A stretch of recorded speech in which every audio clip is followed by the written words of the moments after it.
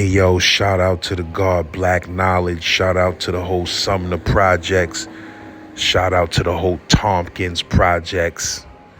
You heard the whole Brooklyn, shout out to comedy legend Tracy Morgan. You know, it's a lot of untold stories in these Brooklyn streets. And, you know, we all gotta be grateful, myself included, that we get a chance to uncover some of these jewels and some of these legends. You heard? But yeah, man, if you a fanatic of this street stuff like me, man, if you a fanatic of this street history and this Brooklyn history and this New York history, you know, I need y'all to throw those Statue of Liberty emojis up in the comments. You heard? Comment gang, you already know you got to get to work on this, baby. Slim Blunt gang in the building. You feel me? If you absolutely adore what I'm doing over here on this channel and how I'll be manhandling YouTube, make sure y'all hit that subscribe button, man, and hit that bell too so you get a notification every time I unleash some of this fire. You heard? Z-Man Suicide Polo with the ski man running around the hood like He-Man at 3 a.m. with 3 swams looking for a dude that ran off with 3 grams. You heard? And I'ma find him. Let's get it. Yeah, bro, the last episode we did was about Knowledge B from Tompkins. You said it was a particular time where you had to save Tracy Morgan's life from Knowledge B? Oh yeah, yeah, that's a whole fact. That's a whole fact. Yeah, shout out to the homie Tracy Morgan, man. That's my guy. We came up together like from the sandboxes in the young days. But yeah, I definitely had to kind of like pull knowledge up off of Tracy's situation. So I guess in order for me to kind of like give you that story, I gotta start from the beginning, right? So to kind of like to give you the full history of it. So Tracy Morgan was my brother Poison.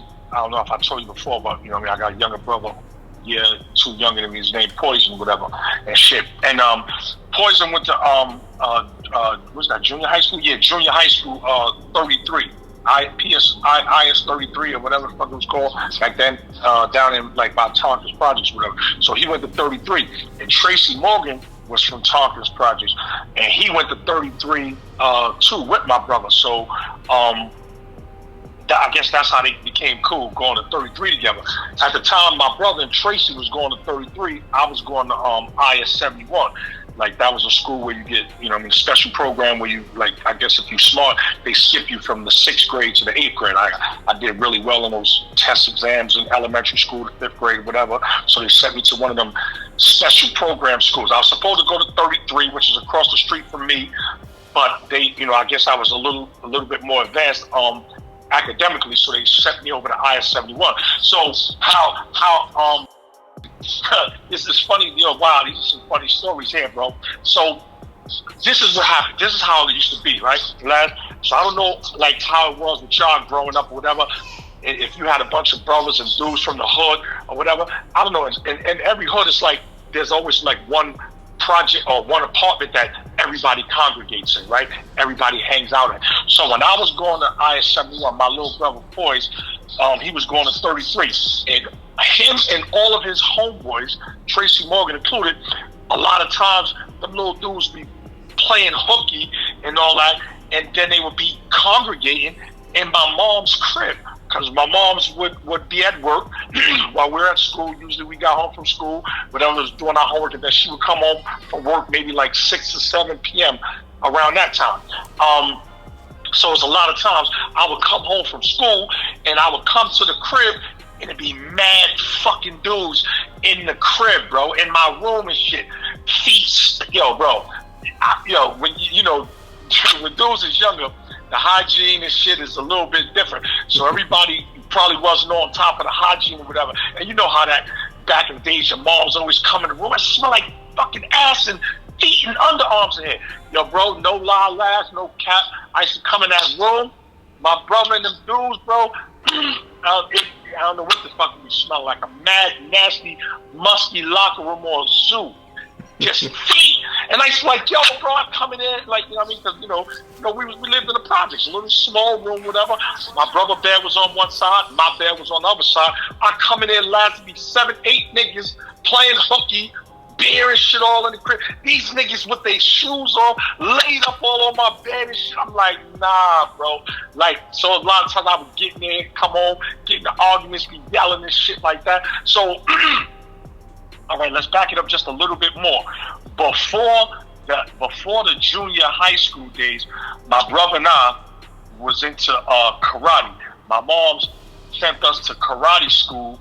I guess, I don't know if it was just for defensive purposes, for us to learn how to defend ourselves, or a different form of combat to learn, or just because that was the in thing back in the days with the karate movies and all that. Everybody wanted to go to karate school or kung fu school and learn all those different forms of martial arts. So my brother, myself, and a few other cats from my projects, my man Fish, shout out to homie Fish from May 24. We was all in karate school.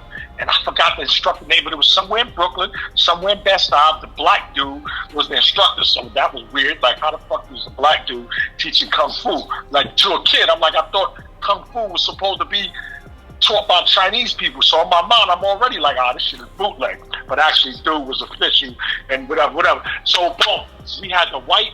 So my moms would try to keep us in character with all that shit. So we had the whole white karate gi. I'm not sure if you're familiar with the karate gi, but just think remember when Martin Lawrence used to do that skit on his show where he was Kung Fu Jones or whatever the fuck that was. He had that white karate gi on and a stupid head. Yeah, Dragonfly Jones.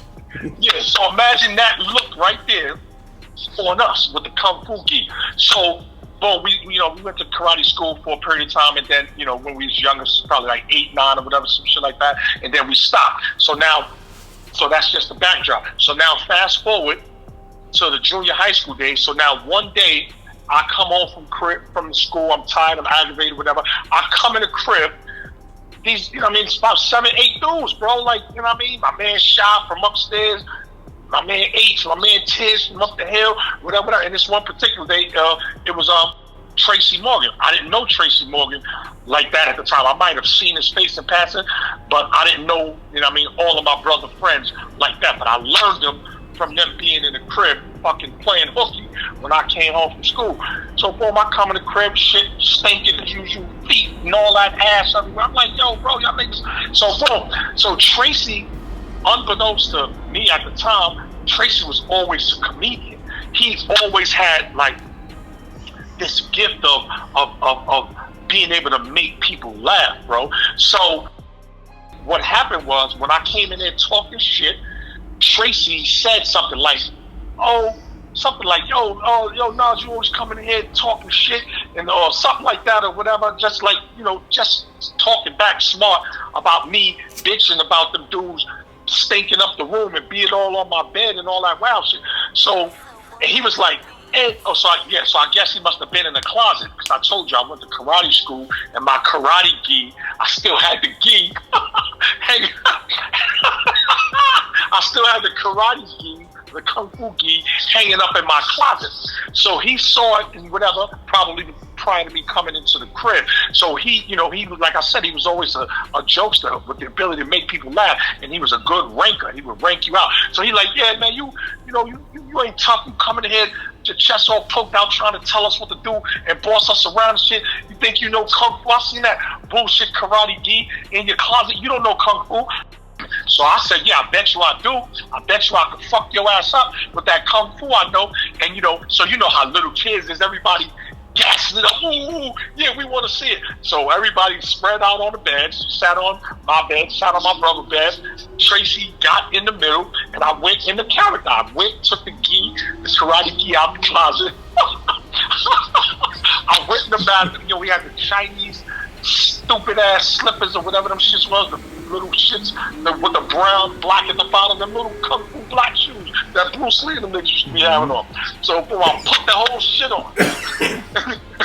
In the bathroom, Laz, I went, put that whole shit on, came back in the room, right? So now, I wasn't super nice, but I had elevated, when I was going to karate school, I think I had elevated to like a a white belt or a brown belt, or red, one of them shits, whatever was before the black. I didn't get up to the black. At the black level, I believe back then you was competing in competitions and fighting in little tournaments. I didn't get up to that stage yet, but I got up to the stage where I could kick the shit out of a nigga. So boom, we squaring up the fight, right? Yo, this is the funniest shit. You can't see me laughing, but I'm actually standing up to kind of like give you a visual because I remember it vividly like it was yesterday. So we in the middle of the in the floor in the room. I'm standing on one side, Tracy's standing on the other side, and one of the other dudes that was in there, Hash, H, Shy, Tiz, whoever, one of them was the instigator, like the dude standing in the middle, like when they put their hand down, that would mean go. So boom, you know, I'm ready. Tracy's standing there like this shit is a game. And in my mind, I said, oh, he think this is a game. I'm finna beat fuck flames out this dude. So he's standing there like regular, completely squared up, not no stance. I got my left, because I'm right-handed. So I got my left foot forward, my right foot back a little bit, and I'm bent a little low. The way they taught you with my, you know what I mean, bent at the knee a little bit in a little crouch position. And my man, whoever that was in the middle, and he put his hand down and like, go. As soon as he said go, I fucking kung fu kick horse shit out that nigga nuts. No, no tackle, and it was the official flush joint. I don't know if you know and I think there might have been a little, I might have put a little or a little, it's crazy. That's the shit they teach you in karate school to yell, right, you know what I mean, at the point of impact or whatever, I don't know, to give it more force or whatever, but when he said go, I hit him with the, and the foot, it was the sound effect, so the gis, right, this is why I like those karate gis, because the gis, when you have them on, they're mad baggy and big, so when you make certain movements, they actually make the sound effect that they do in the kung fu movies, you know, the all that shit. So when I kicked, you heard the and then you heard the and then you heard the like from me, and then you heard the from the nigga. So it was all those sound effects and what? So he was like, so he fell down, right? So he fell down on the floor. He's on the, and I caught him. I didn't really mean to do that. I didn't want to hurt him, but I you know, combat. You supposed to go in. I wasn't playing. I don't know what he thought. He probably didn't know karate. I did a little bit, and I was going to show him, and I did show him. So I kicked him in his nuts, and he fell to the ground, to the floor, grabbing his nuts, right, screaming, rolling over. So this, listen, my little brother don't get mad, bro. Yo, shout out to my bro, boys, don't get mad, but you know me, bro. I tell the stories the way they are, minus the embellishments and the cap and all that. So Tracy's ripping around on the floor in agony, screaming a little bit like, my nuts, what else? And my little brother, so everybody's standing around shocked, like everybody on the beds with the little monkeys and shit, with one hand over the mouth, one hand over the eyes, one hand over the ears. Everybody just in shock motion, like, oh shit, is he really hurt? What happened? So I'm standing there, stuck too, like, damn, I ain't know I kicked him that hard or whatever. He on the floor, so this is no cap. So my little brother, we was young then, so my little brother started crying. So my little brother started crying and shit like, yo, man, you killed me. So he like, yo, man, you killed me. So listen, and this is why, from this day forth, Laz, when I continue to tell you the story, I'm going to show you why I fell in love with the homie Tracy Morgan, man, and our bond remained solid and strong all the way up until this day. So while Tracy was on the floor, you know, my brother was over him, tending to him like, yo, you all right? And shit, he crying like, yo, you killed my friend. How the fuck I killed him? And he talking to you and y'all, whatever. But you know, the young minds or whatever. So Tracy is so funny, and he's such an impromptu dude that knows how to say shit and react on the fly. He's holding his nuts, right? Imagine a dude on the floor holding his nuts, writhing in pain, right? So while my brother's saying that, bent over him, looking at him, He looked at my brother and then looked at me and looked at this is Tracy Morgan, looked at everybody in the room, and he said, "Yo, boys, he kicked me in my nuts. What you crying for?" Yo, the whole room just burst out in laughter. Like, you would have had to be there to really fully appreciate that moment. And from that, I helped him up and shit, and that's when we knew he was okay. We all started laughing and joking around and hanging out. So like I said, at that, and then this is one of the reasons why I liked him, right? That he was able to make a joke out of a somewhat serious situation, even while he was writhing in pain, right? So I liked him from that point. I said, "Oh shit, son is kind of all right, and he's funny." But here was like the best part, right? So I told you that, like, my mom, she would usually get home from work like around 6 or 7 o'clock. So sometimes when I would come home like 3:30, we would have a 2.5, 3 hour window. If my brother had dudes on there, or if I had dudes in the apartment, that we had to chill and hang out before we had to get them out. Because my mom's was one of the type of moms, like I said, my mom was kind of young and wild. She had us when she was younger, so she didn't like a bunch of people in her crib. So I had one of those moms that didn't like a whole bunch of people in her crib. Not necessarily that she didn't like them in her apartment or her crib. She didn't like them there while she wasn't there. I guess because she was an adult, she knew we was young and wild and probably up to no good. So I guess she wanted to supervise us, especially if there was, other kids there. She didn't want nothing to happen to somebody else's kid at her apartment, and she'd be held responsible for it. So her thing was, don't have nobody in my crib when I'm not home. And if we violated that rule that she had, and she caught us, she would whoop our ass. So, I came from the era of,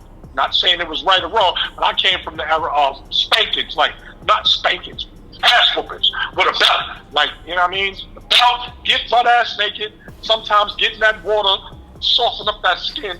Let me get that belt, and I'm tearing your ass up. I don't know what kind of slavery mentality, goofy shit that was. I never did that to my kids, man. I never beat my kids with no belt, none of that goofy shit. I felt like that was corporal punishment when I was a kid, and I was a victim of it, and I didn't like it. So I made sure that when I got older and I had kids, I didn't do that to them. But anyway, as the story goes, it's like 3:30, 4 o'clock. When or maybe 4:30 when me and Tracy had the karate fight, and I downed him with the groin shot, and so now we in there, and we sitting there chilling, whatever, and dudes would always look out the window, because I lived on the first floor, so dudes would always look out the window. We had a system, would always look out the window on the Park Avenue side, the side of my window that faced Woodhall Hospital, because that's where my mom would come from. She would get off the J or the M train at the Flushing train station, then walk up Marcus Garvey, Sumner Ave. It was Sumner Ave back then before they changed it to Marcus Garvey. She would walk up that end before she got to Park Avenue. So dudes wasn't on point. We was probably in there playing around, doing too much, whatever. And what happened was, my moms got past the first set of windows and got to the part of the window where she was right by the building. So by the time somebody noticed, them, like, "Oh shit, your mom's coming," she was already putting the key in the building and getting into the building. So now nobody could go nowhere. It's like about 8 dudes in my room, lad. So, and I knew that was a super ass whooping, probably in front of everybody. So I was like, "Yo, y'all gonna have to everybody get under the beds and hide in the closet." This was the funniest shit ever. So Tracy was kind of like a little tall, kind of little whiff on him. He was like a little heavier back then. He got in the closet. So Tracy and Sha got in the closet. Tracy, Sha, and maybe Tiz. It could have been like 3 kids could have fit in that closet to guard my man Tiz Long from up the hill, Murder Avenue side. And H, I always tell you about my homie H. That was my crime. He lived in the building with me upstairs. He got under my brother bed, because back in the days when you had those beds that connected, and you could pull a lever on one and make it go down and push it under the bed. And then if you pull it back out and pull it and it stands up, we had one of those beds, but we separated. So my bed was on one side, and I kept mine low to the ground. So I used to like to sleep closer to the floor because it was cooler for me that way. And my brother bed, Poy's bed, was up high, so at least 3 dudes was under his. Yo, it was crazy. Like 3 dudes in the closet and like 3 or 4 dudes bunched up under a fucking bed. So we had the blanket. So I pulled the blanket down over the bed so that the blanket would hang down to the floor so that you couldn't see to the floor. And then we had a little curtain, closed the curtain. So my moms came in the crib, so she immediately like, yo, where y'all? What y'all doing? Blah, blah, blah. So we like, we in the room. So boom, I kind of like, she came to the door. So my brother and I, we kind of like met her at the door, like, and blocked her so she couldn't come in the room. So she was like, yo, this room stink. So she's like, it smells like fucking feet in here. Y'all clean this room up and go take a shower and wash your feet. Stink. So now I'm like, oh shit. I'm like, damn, my mom's home 2.5 hours earlier.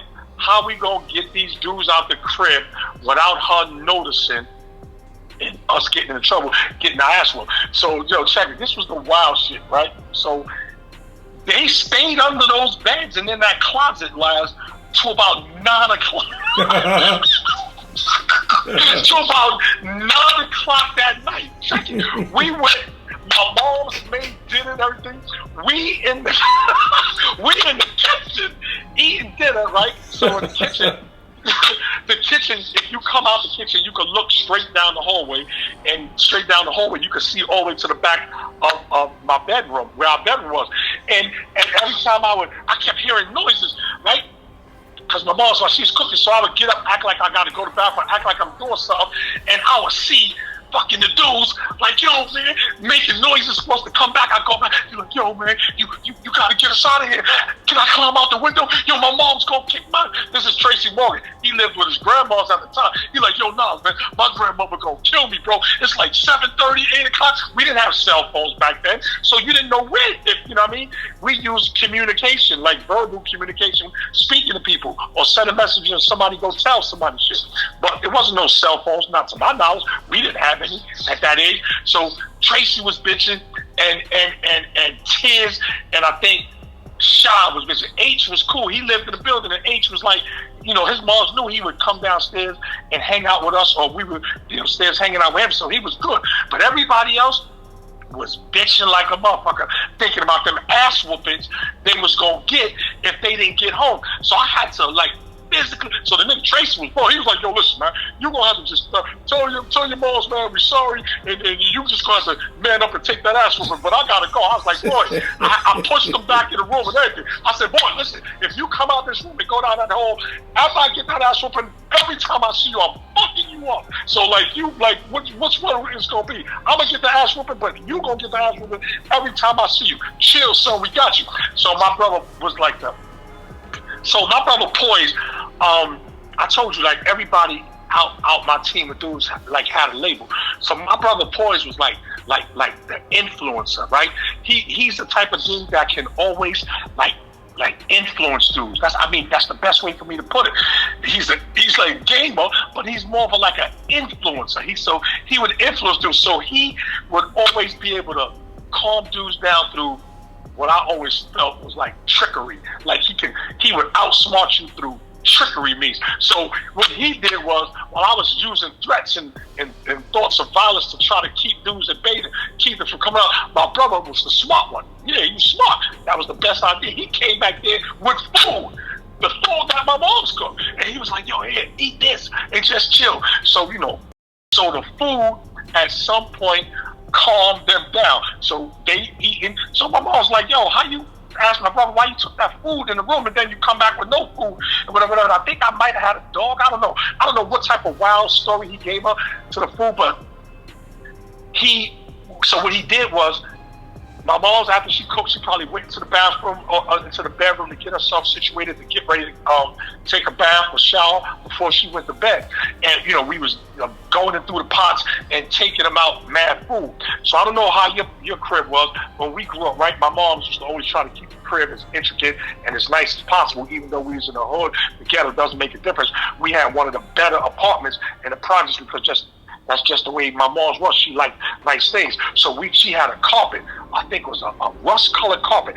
And I don't know if you know what those, they had plastic runners that go over the carpet that you had to walk on because she didn't want you to walk on the carpet. So you had to walk on those runners with your shoes on and then take your shoes off if you wanted to step onto the carpet. That's just the way my mom was. So we had those loud plastic runners that that stretched all the way to the left of the hallway.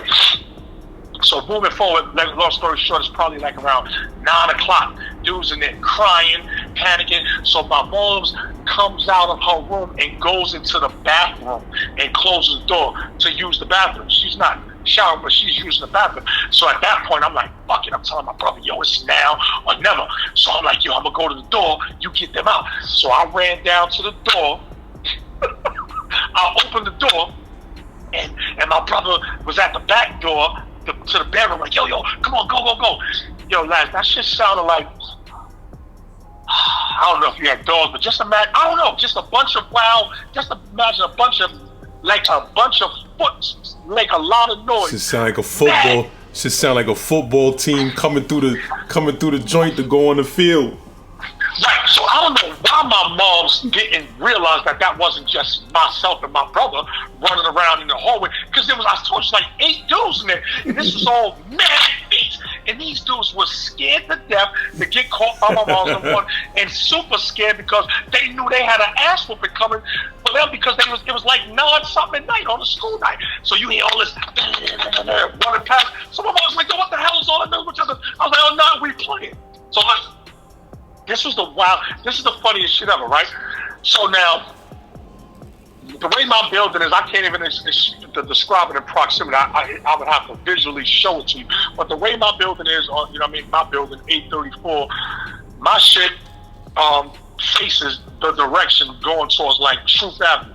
So you could cut through the projects to get to Troop Avenue and cross the street to Tompkins to where Tracy Morgan, grandmother lived, or you could have ran down Park Avenue, the Ave, and then turned up Troop. But cutting through the projects was the fastest way to go. So now I act like I was emptying the garbage, right? You know, those project incinerators and all that. So I took the garbage out, as I opened the door and all them dudes ran out.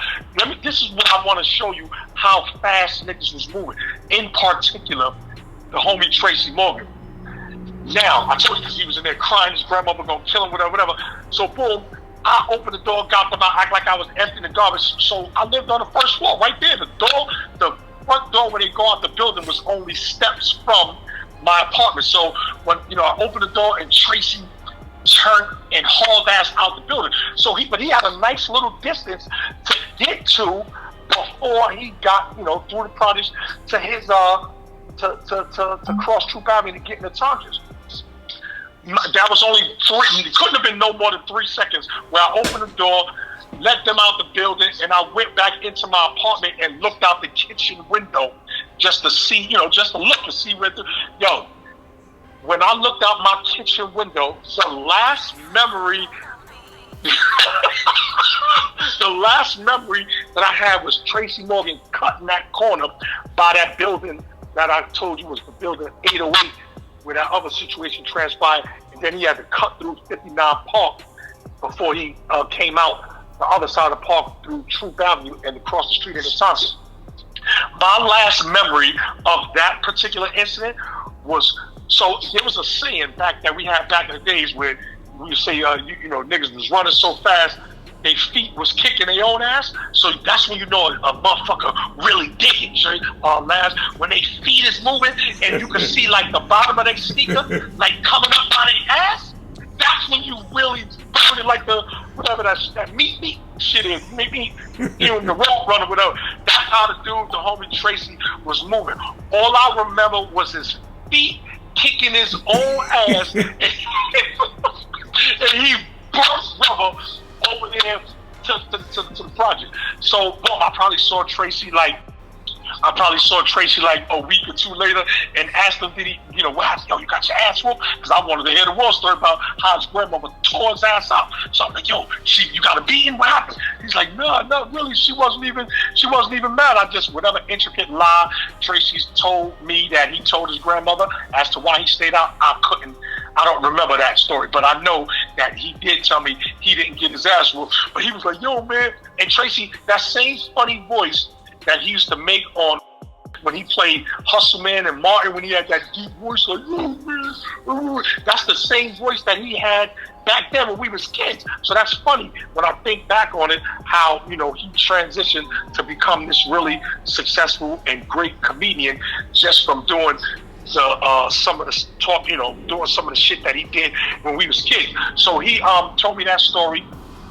It was cool. So now moving along. Remember, I told you we in junior high school now.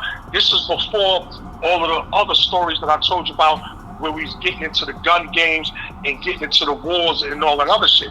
So before all that transpired, we were still young, up and coming. I would see Tracy coming in and out the hood and shit, because he hung in Sumner. He would hang in Sumner with us, or with my brother and a few other people that he knew from Sumner. And he used to hang out with the girl, the one I told you that I referred to as my sister Tiffany and all that. So Tracy used to hang with a lot of girls. Like, he thought he was this little, as we was getting older, he was this magnificent Don Juan player and shit. He liked to fuck with a lot of the women. So he would, probably act like on the surface, oh, we cool, but secretly behind closed doors, he's probably trying to get that ass or whatever, like most dudes would do in those types of situations. But anyway, like I was saying, I would see him, growing up, throughout life. So as we starting to transition into some of those stories of, some of the legends and shit, and getting our hands on hammers and all that, Tracy was still around. Because he was a part of the neighborhood. He was from the hood. So, he was still being in projects and shit. So at this point now, we starting to play with, as we got a little older, we starting to play with, the hammers, and we doing situations and getting into certain beefs and shit. And at this point in time, Tracy had become much more funnier. Remember, I told you that he was a jokester in the house from the Kung Fu karate incident, when he said something smart and kind of called me out, and we ended up getting into the karate fight. And when I downed him with a nut shot, he's still able to tell a joke. And, he was always good at ranking. As we got older, he still had that funny way about him, ranking you out and telling jokes. So we would all hang in the projects, be sitting on the bench, breaking night and shit. There was plenty of times that we would all be sitting on the bench like 15, 20, 30 deep, and Tracy Morgan be there, and he telling jokes. Everybody told little jokes and ranked each other out. We always thought we was all funny, but he was always the funniest, and nobody really wanted to get into a ranking session with him, because he would rank you the fuck out to the point where you'd be ready to fight. That's how nice he was at this young age. Nobody knew that he was going to grow into this comedian. We just, growing up together. So it got to a point now where we playing with the hammers. And then I told you about my homie that at one point I said was a serial killer. Then I walked that back and said he was like more of a sociopath, whatever. My homie Knowledge B and shit. So around this time, I also told you about Knowledge B's older brother. That was one of my big homies that I fucked with heavy. His name was Raleigh. And Raleigh was from Tongass. When Knowledge B, they was from Tongass. Used to fuck with this girl from my projects in Sumner, who's called Cupcake. So I'm gonna just keep it like that. I won't put nobody names out there, whatever, real names, don't know what they doing, and how they might feel about particular stories or whatever. But back then we used to call her Cupcake. That was Raleigh's right hand road dog, his ride or die. So when I think of, Bonnie and Clyde's and all of them ride or die songs, and me and my girlfriend and all that, that was the epitome of the relationship between Raleigh and the lady I referred to as Cupcake. They was a little bit older than us, but them two, did everything together, bro. They was everywhere together. You didn't see one without the other. And even on the times when Raleigh came to chill and hang around with us on our wild shit, Cupcake would still not be too far away. And she was one of them aggressive girls, like, you know what I mean, to put hands on her boyfriend, and they'd be out there plucking and all that if you didn't kind of like do what she wanted you to do. So now we at the point where my homie Raleigh passed the shit, right? And that shit caused a lot of turmoil and a lot of strife and a lot of beef. And you know, we kind of like really went crazy with it after Raleigh death and shit, particularly me, because it hit me probably just as hard as it hit his brother, Knowledge B, because I told you Raleigh was one of the dudes. I met Raleigh, I was fucking with Raleigh before I was fucking with Knowledge B, and Raleigh was like, you know what I mean, my big bro and shit, so that kind of hit me hard. That's a different story. But anyway, as the story goes, Raleigh passed, and I told you Cupcake was his main shorty, right? Everybody in the project knew that, so nobody ever tried to violate, as far as I knew, like in terms of trying to talk to her or whatever, if the homie Raleigh was away in jail or whatever. So now, you know, he passed or whatever, and a period of time went past, and I think there was like rumors that Tracy Morgan was fucking with Cupcake. I'm not sure if and how accurate it was, but I think I recall the homie Nas B telling me one day, like, I think he said he saw Tracy coming out of his building, his grandmother building or whatever, and because, you know, Cupcakes used to be up at Nalazi and Raleigh and them grandmother crib or whatever in Tompkins and shit.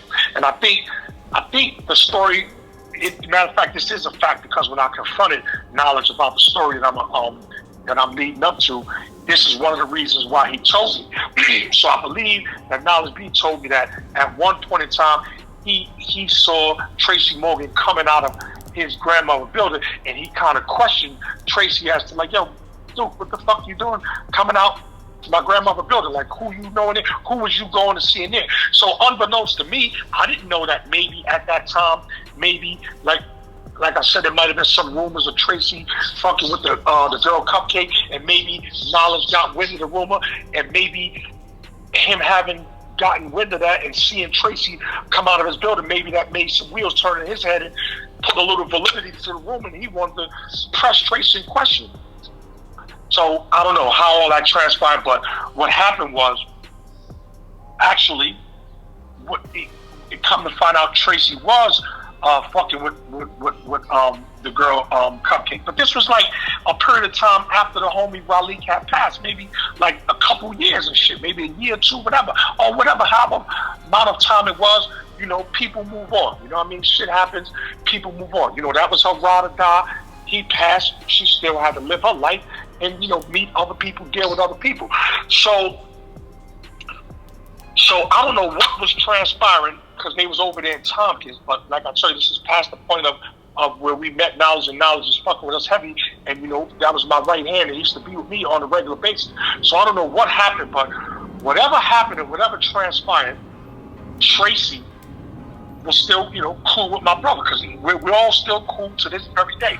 But Tracy was still tight with my brother, and I guess an incident had transpired where I believe Tracy felt uncomfortable, and he might have felt like you know, his life was in jeopardy or whatever, and he reached out to my brother, Poise, because he knew that Knowledge B fucked with me, and he knew Poise was my brother, so I guess he reached out to his man like, yo, Poise, man, please, can you talk to your brother and have your brother talk to this dude, Knowledge B, because, you know, I think he's trying to kill me, because I think word had got back to Tracy that I think Knowledge might have been waiting in the stairs or whatever by his grandma's apartment, and was, you know what I mean, was gonna do what Knowledge, you know what I mean, was gonna do what he do or whatever. So I guess that might have shook Tracy up a little bit or whatever, and he reached out to my brother because, you know, he knew my brother could reach out to me and that I could talk to the homie Nas, because everybody knew that we, you know what I mean, we was that close where I was like one of the only dudes that could kind of like calm this dude down when he had his mindset about something. So my brother approached me.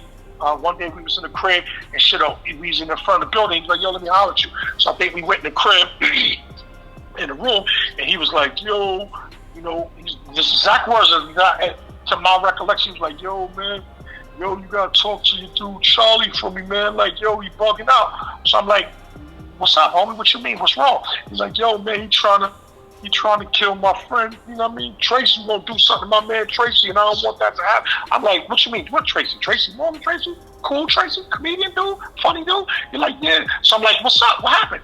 So my brother, I told you, my brother was an influencer, so he probably was using his influential tactics on me at that time, now that I fucking think back about it.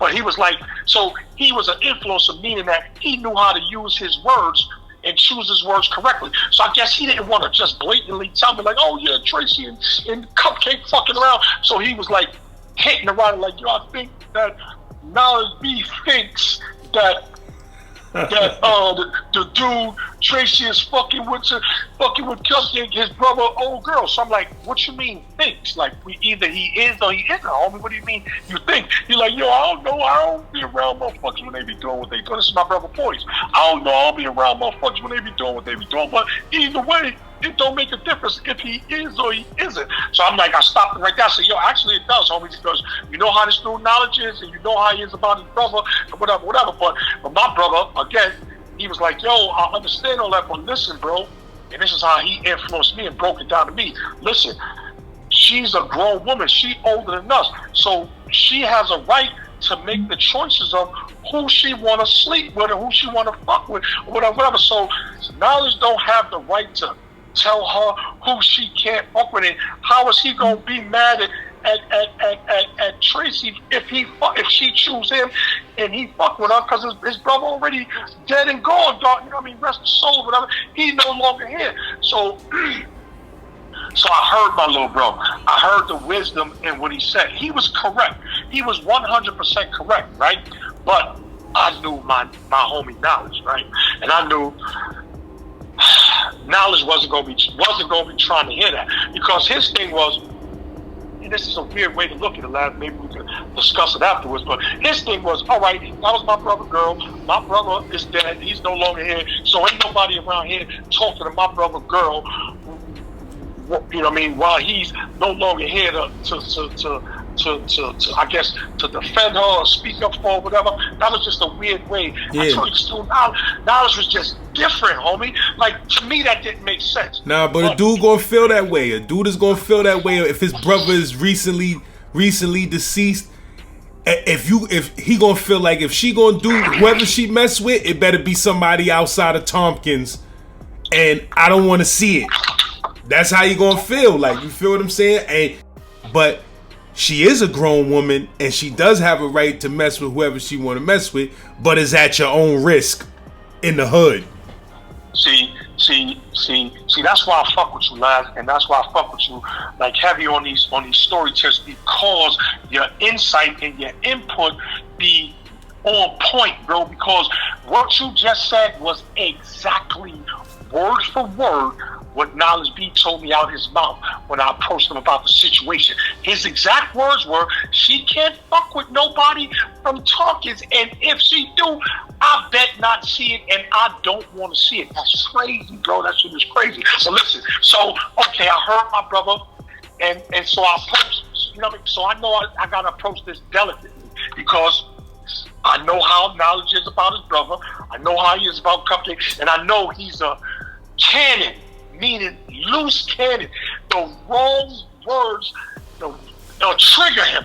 I don't want to say something wrong and make it seem like the dude Tracy was going behind his back and trying to get some. So I had to politically play that correct, because if he felt that way, he would have wanted to go down him just because Knowledge felt like he was telling his business. Fuck you telling other niggas my business for. If I told you something that was between you and me, what you going to these other dudes trying to get me? So that's how he was. So I had to like really walk this ticking time bomb through the situation. So I went to his grandma's crib, and I sat him down, me and him in the room, and I sat him down, and we started talking. So boom, I'm gonna keep it a beat. I kind of like tricked him a little bit.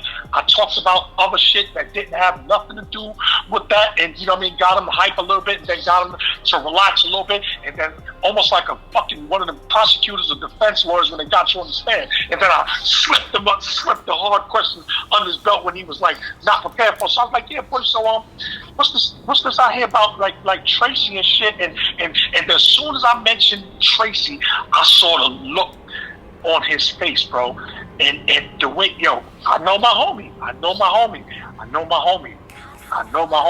and the look on his face was nothing nice, and because it's like I could almost see his thoughts like above his head, and everything that look I saw in his eye, in his face, and everything I saw above his head was nothing nice, nothing but violence. So I'm like, in my mind, I'm like, all right, homie, tread lightly because it's about to get heated. So now we both sitting on the bed, and I'm sitting there, we face each other, and I'm talking to him. He like, yeah, bro, this fucking dude, disrespecting my brother, the death of my brother, and he's sneaking behind his back.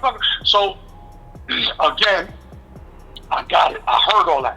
I listened to him vent, and I let him get it all off his chest, whatever. And like I told you, a lot of times what worked with Knowledge B coming from me was reason, because he wasn't an unintelligent dude. He was an intelligent dude. So if you could hit him with the right reasoning and logic, he would accept it. So I listened to everything he said. I didn't interrupt him. I stayed quiet, and then I started hitting him with the reason.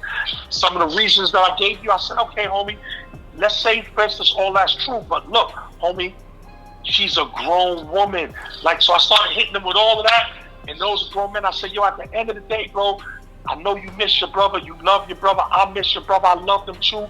Cupcake misses him. She loved him too. But at the end of the day, bro, she's a woman with needs and desires, and she has to move on, bro. Don't be the dude that hinders somebody's progress because, you caught up in your feelings, your emotions, bro. Because if that was your sister, loved ones, you would want her to be happy, wouldn't you? So this is how I know I was getting through to him, and I actually not getting through, that I got through to him, but it was still a volatile, dangerous situation because he started crying. And Knowledge B never cried unless he was about them. I told you, he was one of the dudes that before he put in work, he either did wild shit, push-ups, stretches, whatever, or cried if it was something that really bothered him, that really, really touched him. And when he cried, I already knew what the result was going to be after those tears. There was going to be bloodshed and disaster and mayhem. So in my mind, I'm like, damn, this nigga crying. I got to really, so I'm like, yo, listen, homie, listen. And then I brought him back to like, yo, you can't do that to son because that's my brother's best friend. So I had to make it see, and Knowledge B loved my brother. Everybody loved my brother Poise, like the way they loved, like I used to tell you stories about Tata Marshall, the way dudes love Tata down in his hood, the same way as my brother Poise. Everybody loved my brother Poise. So when I kind of mentioned Poise to the dude Knowledge B, that kind of softened his heart a little bit, and I seen it in his eyes.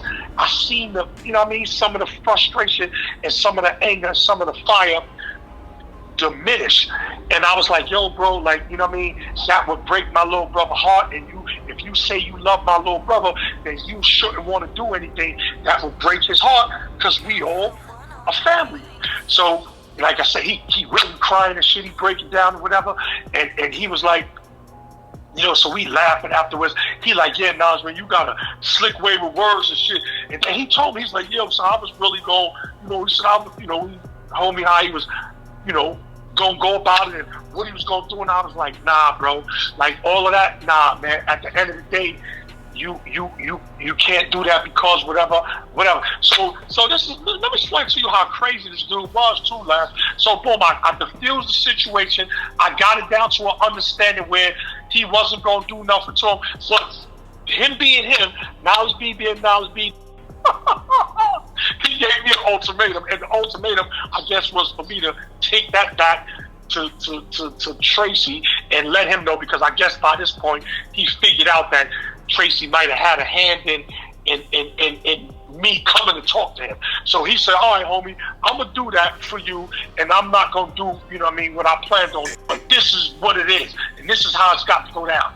I'll bet not see them outside in projects publicly talking to each other, nothing. They can't be outside holding hands. They can't be talking too close to each other. They can't be kissing, none of that. Because if they do, then all bets is off, and I'm doing what I'm doing. So in my mind, I'm like, man, how the fuck I supposed to, like, how you can't?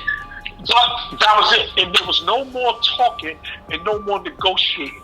Those was his terms, and he was standing on it, and there was nothing I could do to convince him outside of those list of demands and ultimatums that he gave us. So I'm like, all right, cool, my name, I got it, you got it, whatever. I'm gonna go holler, you know what I mean, at Tracy. So first I went and talked to my brother, and of course my brother being an influencer, and now he's like, yo, what you mean, bro? They sound crazy. How you gonna tell them how to? I said, yo, listen, homie, like, I had to get a little firm. My brother like, yo, bro, homie, listen. That's it. There's nothing else to do. There's nothing else I can negotiate. If it's not like that, that boy gonna do what he do, and that's it. How you gonna ask me to do something, and then when I say okay and get it done and come back with some agreeable terms, you shoot down the terms that a motherfucker said, all right, he'll lay off, push his nigga shit back, but this is what I want. And then you're going to be like, wanting to fight me back on that? I'm like, nah, bro. Tell that, the matter of fact, I'm going to go tell Tracy. So I went and found, I don't know where the fuck I went, if I went to his grandmother's crib or if I went to Tracy and found him in the streets or whatever, but because he was laying low because, you know, boy was on his ass. But I went and found him, and I told him the terms. I said, yo, listen, homie, not for nothing. I don't care. It's not my business. I don't care who you sleep with, who you fucking, whatever. But at the end of the day, you already know how the homie is. That's my man. He feel a particular way about it. But, you know what I mean? And my brother told me what you said, and I went and spoke to my man, and my man is willing to call everything off and leave it alone, but this is what he wants. He don't want to see it with his own eyes. I'm like, I told him a little bit about everything out the public shit, but I was like, yo, forego all of that, because it's not like he's going to be everywhere, but just give him that respect where you don't let him see it. You know what I mean, homie? Because if you don't let him see it, then, you know, it's not going to bother him. But if he sees it, then he going to have a problem with it. And the funny thing is, moving forward, I don't know, like after that conversation, after I spoke with Tracy, and I told him that, and Tracy agreed, he was like, all right, cool. And he was, you know, very, you know, appreciative. That's what I like about Tracy, homie. He was an appreciative dude, and he respected it because he knew how dudes was playing. And he knew, you know, what dudes was capable of because he's seen it with his own eyes, because he used to be around us. So he knew that was, I guess, a good compromise, and he was appreciative and thankful that I would even intervene for him, because he wasn't my man. We was cool, but he was my little brother's man. He was my little brother's best friend. Like, you know what I mean? And my little brother made the call and came to me and said, yo, homie, still might try to take the homie life. I need you to stop that. The strength of my little brother, I love my brother. I did that for my brother, but I respected and liked the fact that Tracy showed appreciation and gratitude for that whole situation. And here's the funny part about this whole situation, man. Like, you know, eventually moving on, like the homie Nosby, he got killed, whatever. I end up going to jail. I'm in jail. I did the long bid. While I'm doing that bid in prison, you know, Tracy Morgan, at that point too, when we was older, you know, playing with the Hammers and all that, he used to be uptown. I think it was in the Bronx. I'm not sure if he had family in the Bronx or whatever, but he was back and forth between wherever he was at, Manhattan and the Bronx, and Tompkins Projects. So he was back and forth. So, and unbeknownst to me, I guess within that time frame and in that period is where I guess he might have found some of his funny. I guess, you know, that's his story to tell, where how he became funny, whatever. But he was always funny as a kid to us. But moving forward, when I was behind the wall, I think the first time I saw my homie, my bro Tracy, on TV, I think it was something like an Uptown Comedy Club. And I think they was ranking and having a ranking session. And I was like, I'm like, get the fuck out of here. And I'm talking to dudes and shit. They like, yo, what up? I'm like, yo, that's my man. Son from Tompkins Projects. That's my man. And I grew up with him. You know what I mean? I actually saved his life one time. That's my man. His name Tracy. And it's like, yeah, his name came across Tracy Morgan and shit. And from that point on, I started seeing his career blossom and bloom. And then I guess he got the little gig on Martin when he became Hustle Man, whatever. And then years later, homie, I came home from prison. All this what I'm telling you about was like in 85. Like, you know what I mean? 85, 84, 85, something like that. So I came home, I went to prison, and I came home in 96. This is how much of a solid dude Tracy Morgan. When I came home in 96, I was living in upstate New York, Monticello. Shout out to all my Monticello cats and shit that I was running with up there in Monticello back in 96 when I came home, 96, 97 and all that. I was up there living in Monticello and shit. My brother called me from down in New York, in Brooklyn, and was like, yo, boy, when you coming down to New York, when you coming to Brooklyn, dudes heard you home, dudes want to see you. I'm like, I don't know, I got to, you know what I mean, see what this parole situation, whatever. Long story short, my brother was like, yo, Tata from Marcy keep asking about you, said he want to see you, he heard you home, and Tracy Morgan want to see you. And so I'm like, oh, shit. And I'm like, you know, over the years, I'm talking to my brother about Tracy and whatever, and always sending him my love and regards from behind the wall, and he always sent his love and regards and concerns back. And this is facts. I came down to New York specifically to see them dudes. So I saw Tata on Troop Avenue and shit. Me and Tata had a long conversation, whatever. He welcomed me home. We talked, said we said, kept pushing. Then later on that evening, I got up with Tracy, and at this time, he was Tracy Morgan then. And, you know, he was doing his comedy clubs and, you know, doing his thing, televisions, movies, and the like.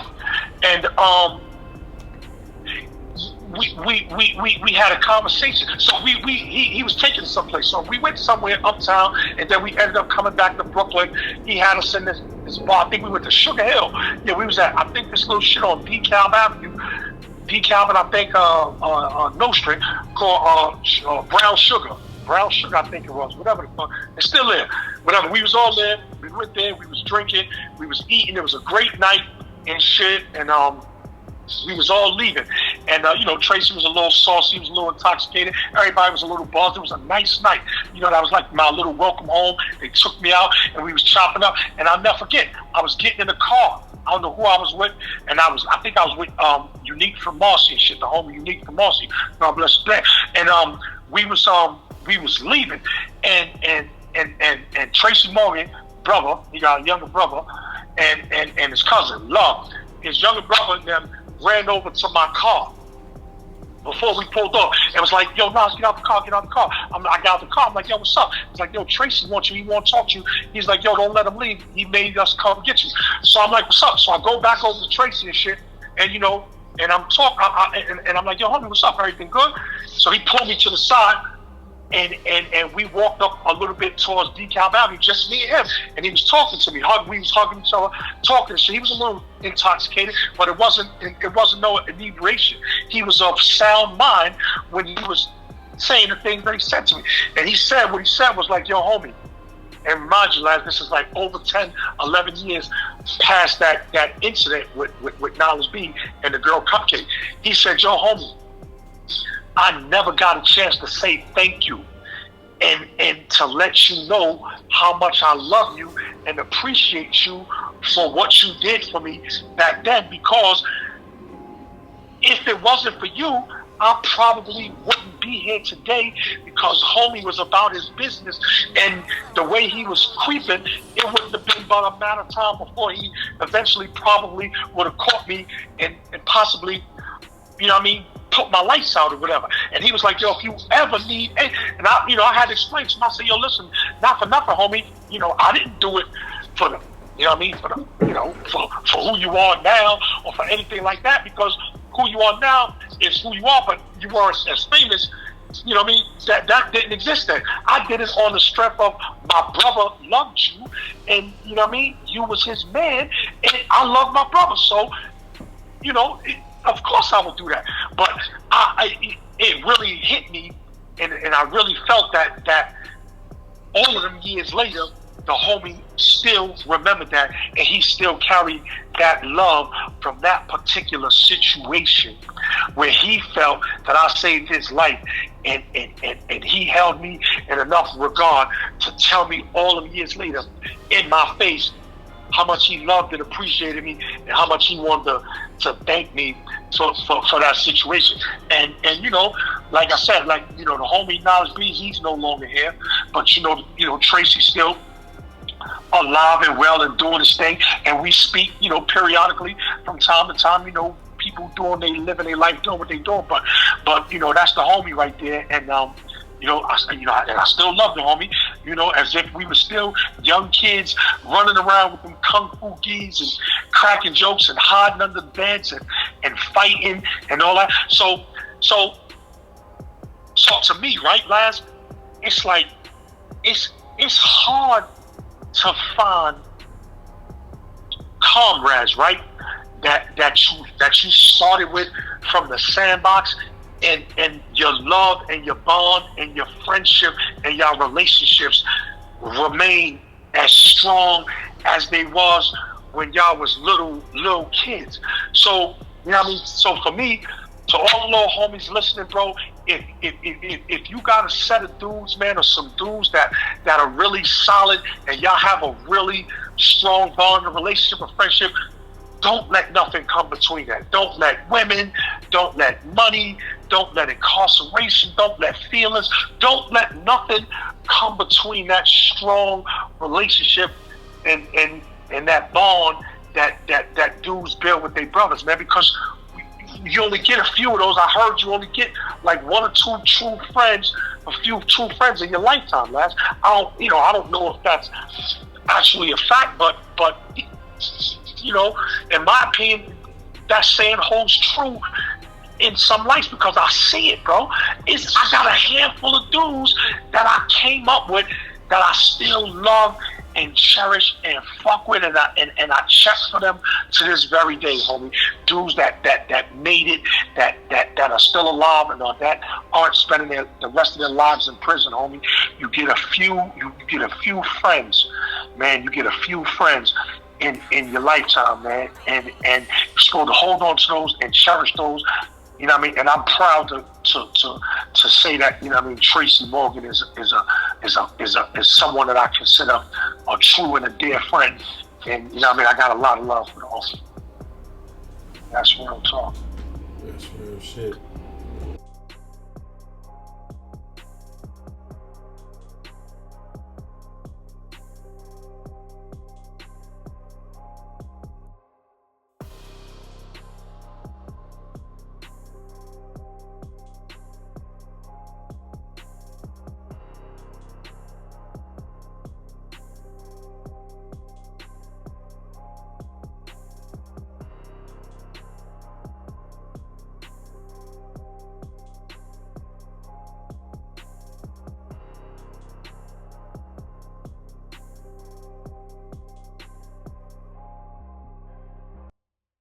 LAZ, man, I'm here with the Brooklyn legend and icon, Black Knowledge. What's up? What up, homie? From the Sumner series. You heard one of the craziest series we got on the channel. We just here to let you know it's crazy fire coming. You heard? Yeah, I like the way that shit is moving, homie. It's doing some nice things. I'm getting a lot of feedback from a lot of people asking us to, you know what I mean, keep pushing it and to continue doing that. So, you know, we got to get with it. Yo, you said you was getting pressure from the streets? I was, that's funny too, because I told you, homie, I was in, you know, school doing my educational shit, trying to, you know what I mean, continue to better myself, doing some things. And I was getting a lot of feedback like, yo, homie, what's up with the Sumner series? You and Laz gave up? Y'all quit? I'm like, nah, homie, we grown men at the end of the day with responsibilities and other things to do. And we gonna get back to it. I mean, this is what the streets are telling me, the homies, and they kind of like loving it. They like, yo, man, y'all two dudes, the way y'all feed off each other energy is positive. Dudes like it, because what I like about it when I listen back to some of the joints, it's not just me one-sided giving a version of events or talking, you and I, you know what I mean, we interchanging ideas and expressing different thoughts. So I think that's probably what the people feeding off of, you know what I mean? It's crazy. So I want to keep that energy going. Yo, I was just talking to my bro Saquon earlier, and we was kind of diagnosing this whole thing. Like you said, we was like, yo, you know what we really into? You know why we really doing this? We into culture. This is culture. Like the whole Sumner series, all of these stories, even the jail stuff, we talking about street culture. And culture, the culture of a certain people or a certain demographic is always interesting. You feel what I'm saying? This is us. This is how we grow up. This is what we go through. 1 in 3 black men is going to the penitentiary. Statistically, 1 in 3 black men is going to the pen, whether you like it or not. That's just how the cards lay for us. You feel me? So all of these videos and stories we putting out is basically we just dealing with the culture of our people, man. You feel me? As gritty as it and gruesome as it may be sometimes, this is the culture of our people, man, and the culture of the streets. Those are definitely facts. And for me, like, so the feedback that I be getting be, you know, sometimes it varies and shit. And some dudes be like, oh, well, damn, I hope, knowledge ain't gonna get up there with Laz, and they keep promoting all this negative. At the end of the day, homie, these are life experiences and life stories. So it's not bullshit. It's definitely not bullshit to me because I lived it and I went through it. So by me using Laz's platform to tell some of these stories and hopefully other people get something out of it, that's what behind the scenes I'm venting. He listening to me vent. He vetting, and we expressing our life stories. Yeah, I'm learning too. Like when I listen to these stories from iconic Brooklyn figures and stuff like that, I'm learning. I'm sitting there interested in learning about my borough, where I come from, and what shaped and molded it to what it is today. You feel what I'm saying? So I'm learning, and everybody is out there listening and learning. And your stories, you always dropping jewels, bro. If you read the comments on your stories, you got dudes out there that's like, these dudes want to be tutored by you. You feel me? Like, there's a lot of dudes in the streets and they in the street culture, but they don't really know who to look up to. You understand? They look up to the wrong individuals. They don't look up to the dudes with morals and principles and intelligence. Like, so when people hear these stories, it's shocking. It's another reason why I do this. It's shocking to those that are not from the streets to hear how intelligent some of the most notorious street names you ever heard in your life. When you hear them on my channel, I'm going to change your whole perspective. You're going to say, damn, like, the system is wrong. The system is wrong. Politics is wrong. Because there's no way in the world a black man should be that smart and still have to be in the streets to make a living. You understand what I'm saying? Or feel he needs to be in the streets to make a living. The system is heavily broken for us black people and people of color and people from the ghetto. So my channel, man, I take pride in this shit, man. You hear some of the most wildest names you ever heard, like this brother right here. That's one of the most iconic, notorious names in Brooklyn history. But when you hear him, you like, hold on, bro. This dude is teaching me things I never knew in my life. You feel what I'm saying? And that's what I get a kick out of with this channel, man. To break them stereotypes of all street dudes and criminals, we just dumb. You understand what I'm saying? Nah, bro. A lot of us was born intelligent, was straight A students in school, honor roll students in schools and all of that. And they went astray, man. You feel me? And ended up where they ended up. So for me, homie, right? So what I want people to understand about this shit that we doing from my perspective, for me, right? If you go back to the introduction, when he first started the Black Knowledge series, the introduction, and when we were building in that introduction, I told Laz what my intentions were and what my plans were. And what I explained to him, I said, yo, we gonna talk about the nitty gritty. We gonna talk about the streets and all that, because that's where I came from. But we also gonna talk about those transitions that cats make from those that live to survive the shit that we've been through, transitions that they make. But what I want the people that listen to some of these stories to understand is that, yo, everything with me is a process. I like to do things in steps and stages. So right now we still on the nitty gritty street shit. give us a chance to get to all of the other positive stuff that some cats want to hear about. It's coming because we got to start from where we from, homie. I'm gonna keep it real. Even your nitty gritty street shit be dumb deep though, bro. Like, so you, if dudes is really listening, you be dropping psychological jewels. Like, let me give you an example. That episode where you said, when I asked you, I said, yo, what made you, who taught you how to rep Sumner like that? And you said how your man went over there and pressed them dudes, yo, my dude, don't be walking through here tough and all of that shit, this Sumner. Like, we dealing with the psychological aspects of how your role model's young. You pay attention to the stories too. Facts, bro. Facts. This shit is pay deep. attention to the stories. We homie. get if students are out there, if you a student out there studying criminal law and criminal psychology, this is gold. The type of shit dudes is dropping. You feel me? Like, bro, when you're a child, you're very impressionable. So the same way somebody could show you something positive, somebody could show you something negative, and it make an impression on you for the rest of your life. And it's like, yo, bro, I grew up in the hood, in Brownsville, Howard. They call my projects Barcelona. The reason why they call my projects Barcelona is because in 1992, the Olympics was in Barcelona. That's a fact. And my projects was tired of being the projects in the Ville that people felt comfortable coming through and chilling and talking to girls. And we put an end to that in 92. Niggas said, for now on, we gonna call this project Barcelona. My point that I'm making is niggas was chasing everybody out of Howard. And it was looking like the Olympics out there in 1992. So they started calling it Barcelona. Because you would be running, jumping, high jumping, and pole vaulting out the projects if you wasn't from out there. But in my young, impressionable mind, it put a territorial thing in me that even to this day, I could go back to my mom's old building in her projects. I see somebody in front of the building I don't know, and I'll be like, fuck is this nigga in front of my building? And I don't even live there no more.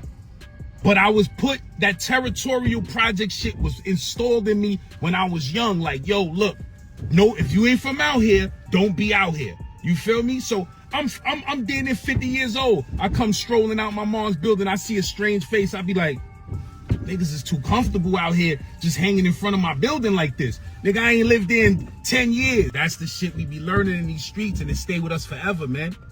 And I mean, that's a fact, bro. And so my objective, right, in some shape, form, or fashion, bro, continue to educate dudes and give it to people from the perspective of dudes like myself that would have never done an internet series or a YouTube series.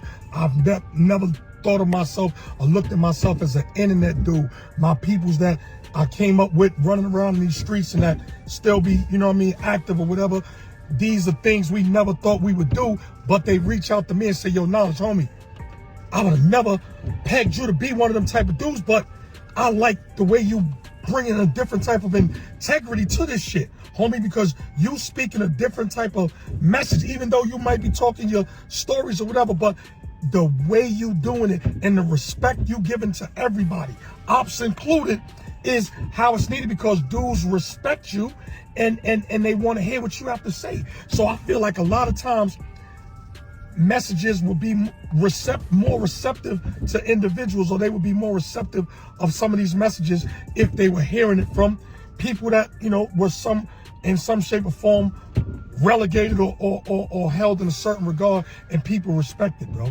Like, you know what I mean? Because I'm always going to take heed to somebody that I respect, or somebody that I know that went through the same similar type of shit that I went through and was able to make it out. That's what it is for me, homie. Because how the fuck did y'all make it out? How did y'all become successful and able to transition and change your life over from all of that wild, negative shit that y'all was doing to the positive individuals that they become today? I don't know. Is that how politicians are formed, homie? They started in the trenches and were working for the people so much that they elevated to a different status, and now they're working for the people again to try to bring them out of that state of darkness and all that and despair that they're in. I don't know where this shit going, homie, but I'ma just keep, because the streets is asking for it, so I'ma just keep, you know, putting that love out there and that information that I have to younger brothers like Laz and cats like him that's that's receptive to it and want to hear it, homie. That's a fact, bro. It's like you put a level of class with this street shit. It's putting a level of class to this shit where it's cleaning up the stereotypes of everybody in the streets just being a bunch of savages. You understand? It's stories and circumstances behind people's reputations of who they became. Cause some dudes nobody even thought they was gonna become killers. And they did. You feel what I'm saying? So this shit is deep, man, and we gonna be bringing y'all a whole lot more fire. You heard? This is just a taste. Know what I mean? But shout out to the bro Black Knowledge. Shout out to Sumner, one of the most notorious housing projects in New York City. But shout out to the whole Bed-Stuy, the whole Brooklyn, man. We doing it. You heard? Shout out to the homie Laz for opening up his platform so that we could do this. You know what I mean? So it goes both ways, homie. It's a fact. This is our platform, the streets platform. You heard?